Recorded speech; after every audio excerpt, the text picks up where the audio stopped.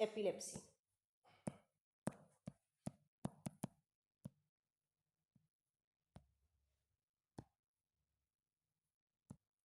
तो एपिलेप्सी जो आपका वर्ड है ये आपके कहाँ से आया है? ये आपके एक वर्ड है एपिलेप्सिस,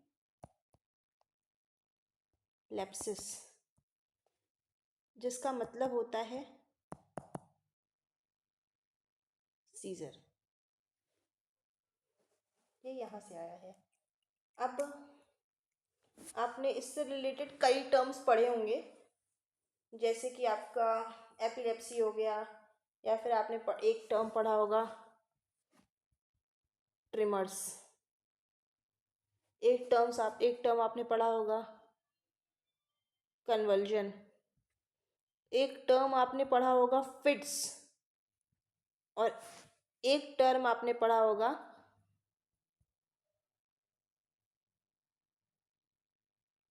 सीजर। ये 4 तरह के टर्म और एपिलेप्सी वगैरह आपने पढ़ा होगा कि ये क्या होते हैं। अब क्या ये सारी चीज़ें एक होती हैं या अलग अलग होती हैं, ये जान लेते हैं। तो आपको बता दें कि ये जो सारी चीज़ें होती हैं ये आपस में एक नहीं होती हैं, मिलती जुलती होती हैं, पर इनका मतलब अलग अलग होता है।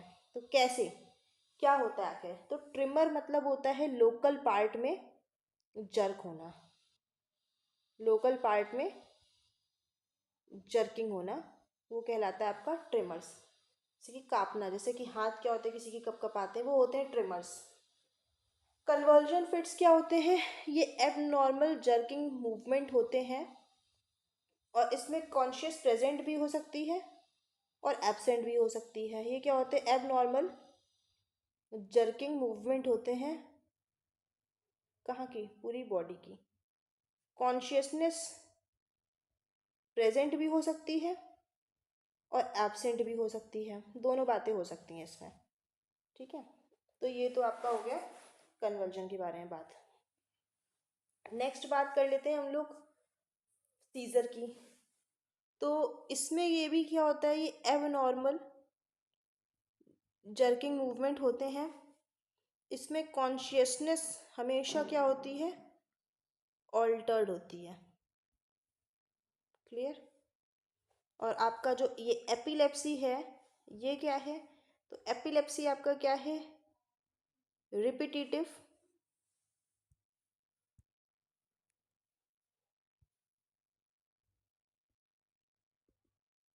occurring of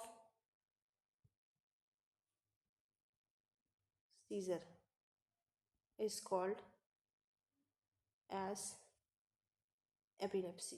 यानी कि बार बार सीजर आने को हम लोग क्या बोलेंगे? एपिलेप्सी बोलेंगे। तो ये तो बात हो गई कि एपिलेप्सी किसे कहते हैं। अब बात कर लेते हैं कि इनके कॉजेज़ क्या क्या होते हैं। तो कॉजेज़ की बात कर लेते हैं कि क्या क्या कॉजेज़ होते हैं इसके। तो कॉज सिंपल है, कॉज कोई भी हो सकता है इसके। जैसे मान लीजिए आपके हेड इंजरी हो गई कभी बचपन में, कहीं पे भी चोट लगती है। और दूसरी चीज़ ये है कभी भी किसी को कभी भी वक्त आ सकते हैं, कोई इसका ये नहीं है कि जेनेटिक है या कैसे भी, ये किसी को भी कभी भी हो सकता है। तो फिर भी इसके जो मेन कॉज बताए जाते हैं, हेड इंजरी है, यानी कि अगर सर के हिस्से में कभी कोई चोट लगी हो तो ये क्या है, ये मोस्ट कॉमन है एडल्ट में। और क्या है? कंजेनाइटल, यानी कि बचपन से ही सीएनएस का कोई डिसऑर्डर हो, तो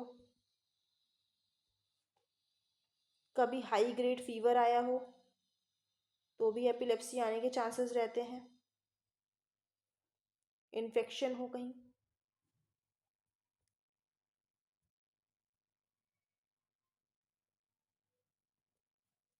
ट्यूमर हो,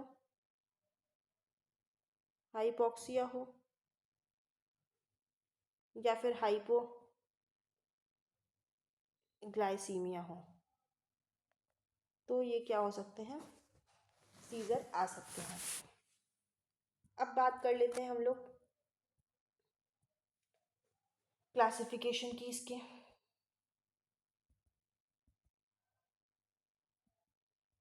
तो ये तीन तरह से होता है। एक तो लोकल, जिसको पार्शियली बोल सकते हैं हम लोग, या फिर फोकल कह सकते हैं। दूसरा होता है आपका जनरलाइज्ड, और तीसरा आपका होता है अदर टाइप। तीन टाइप के सीजर होते हैं। अब बात कर लेते हैं लोकल की। तो लोकल सिर्फ एक हेमिस्फेयर को अफेक्ट करता है, और जनरलाइज्ड होता है ये क्या करता है, दो हेमिस्फेयर को अफेक्ट करते हैं, यानी कि दोनों साइड को, बोथ हेमिस्फेयर को अफेक्ट करेगा। और ये जो अदर टाइप होते हैं ये कौन से होते हैं, जैसे आपका फेब्राइल हो गया या फिर स्टेटस एपिलेप्टस हो गया, ये आपके क्या हो गए, फेब्राइल सीजर हो गए। तो ये बात हो गई हमारी किसकी, क्लासिफिकेशन की। तो अब इसको थोड़ा सा अंदर की ओर पढ़ लेते हैं कि क्या होते हैं। तो जैसे आपका पार्शियल सीजर है, सबसे पहले बात कर लेते हैं पार्शियल सीजर की। जब आपका पार्शियल सीजर है, ये आपका दो तरह का होता है। एक होता है सिंपल और एक होता है कॉम्प्लेक्स। तो जो सिंपल होता है इसमें कभी भी कॉन्शियसनेस ऑल्टर नहीं होती है। इसमें क्या होती है, कॉन्शियसनेस नेवर ऑल्टर्ड, और एक्टिविटी और बिहेवियर क्या होता है, only behaviour and activity disturb. और इसमें क्या होता है, कॉम्प्लेक्स में क्या होता है, आपकी कॉन्शियसनेस प्रेजेंट ऑल्टर होती है, और मोटर एक्टिविटी तो अफेक्टेड होती ही होती है। और ये मेनली किस में होता है, आपका टेम्पोरल लोब में होता है। क्लियर। और आपके जो जनरलाइज सीजर होते हैं वो कैसे होते हैं, जनरलाइज सीजर जो होते हैं वो चार तरह के होते हैं। एक होता है आपका एक्टिव, एक होता है आपका एब्सेंस, एक होता है आपका टॉनिक क्लॉनिक, और तीसरा आपका होता है टॉनिक, और चौथा आपका होता है मायोक्लॉनिक। ये चार तरह के आपके सीजर होते हैं जनरलाइज्ड में। तो एब्सेंट सीजर में क्या होता है, एब्सेंट सीजर में आपका जो ये होता है मोस्ट कॉमन किस में होता है, ये मोस्ट कॉमन होता है आपका किस में, चाइल्ड में आपका मोस्ट कॉमन होता है। और इसमें क्या होता है, जैसे कि मतलब बच्चे को लगता है कि वो दिन में सपने देख रहा है और उसकी कोई मसल टोन वगैरह नहीं होती है। ये कितने कितने सेकंड तक होता है, 5 से लेके 10 सेकंड तक सिर्फ रहता है, और कॉन्शियसनेस पेशेंट की उस टाइम पे ऑल्टर्ड हो जाती है, बस इतना ही ये रहता है। फिर बात कर लेते हैं हम लोग टॉनिक क्लॉनिक सीजर की।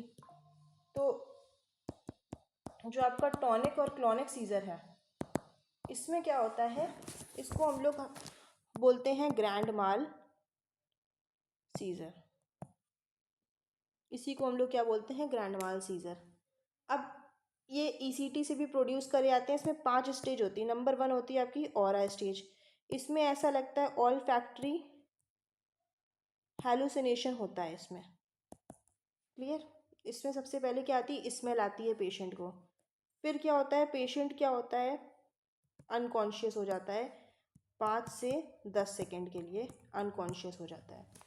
फिर तीसरे नंबर पे क्या होता है, टॉनिक स्टेज आती है। टॉनिक स्टेज में क्या होता है, जो टोन है और रिजिडिटी है वो क्या होती है, बढ़ जाती है पेशेंट की, और जॉ क्या हो जाता है, लॉक हो जाता है। जॉ लॉक होता है, ये 10 से 20 सेकेंड के लिए होती है ये चीज़।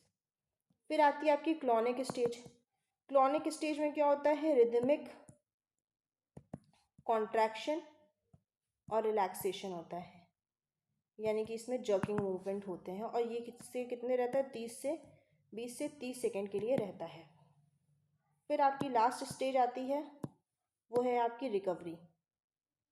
ये टॉनिक क्लॉनिक की स्टेज है। अब इसमें पेशेंट क्या होता है, नॉर्मल हो जाता है। और ये 15 मिनट लेता है। 15 मिनट में क्या होता है, पेशेंट नॉर्मल भी हो जाता है। उससे पहले का उसे कुछ याद वाद नहीं रहता है। जिस टाइम पे उसको अटैक आता है, सीज़र आते हैं, उसे कुछ याद नहीं रहता उसमें, और सर दर्द सा रहता है मेनली। फिर हम लोग बात कर लेते हैं टॉनिक सीज़र की। तो टॉनिक सीज़र जो होते हैं उसको ड्रॉप अटैक भी कहते हैं। ये डेंजरस होते हैं क्योंकि उसमें कोई भी और स्टेज नहीं होती है, इसीलिए इसको डेंजरस बोलते हैं। क्लियर। तो इसमें इंजरी के बहुत ज़्यादा चांसेस होते हैं। और आपका जो लास्ट था वो था आपका मायोक्लोनिक।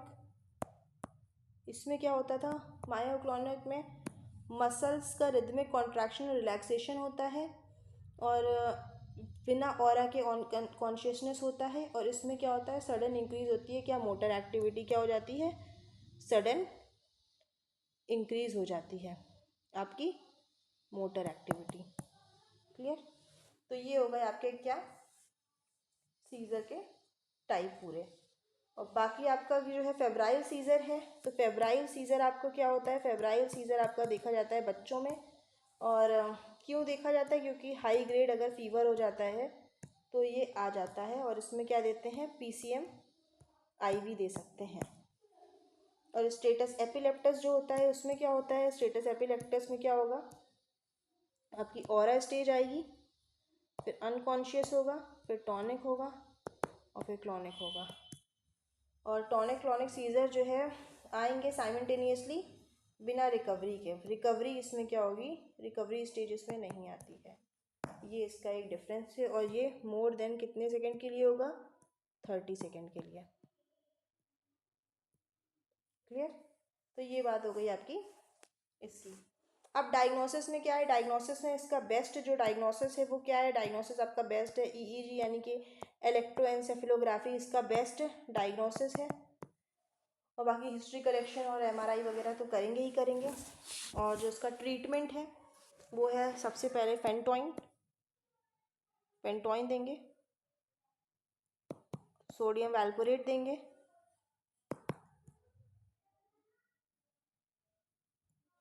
और कार्बामेज़ापाइन देंगे।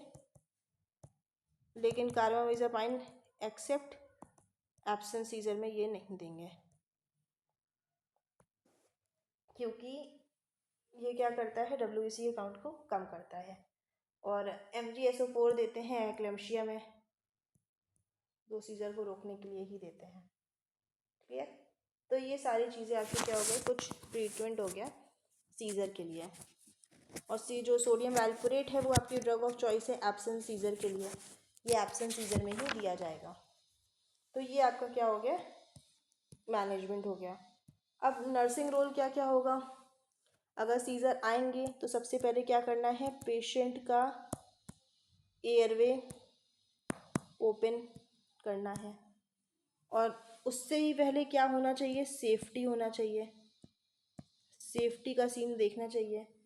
फिर पेशेंट का एयरवे ओपन करना है, और क्या होगा, उसे साइड लाइन पोजीशन देनी है। फिर उसके कपड़ों को क्या करना है, लूज़ करना है, लूज़ द क्लॉथ्स।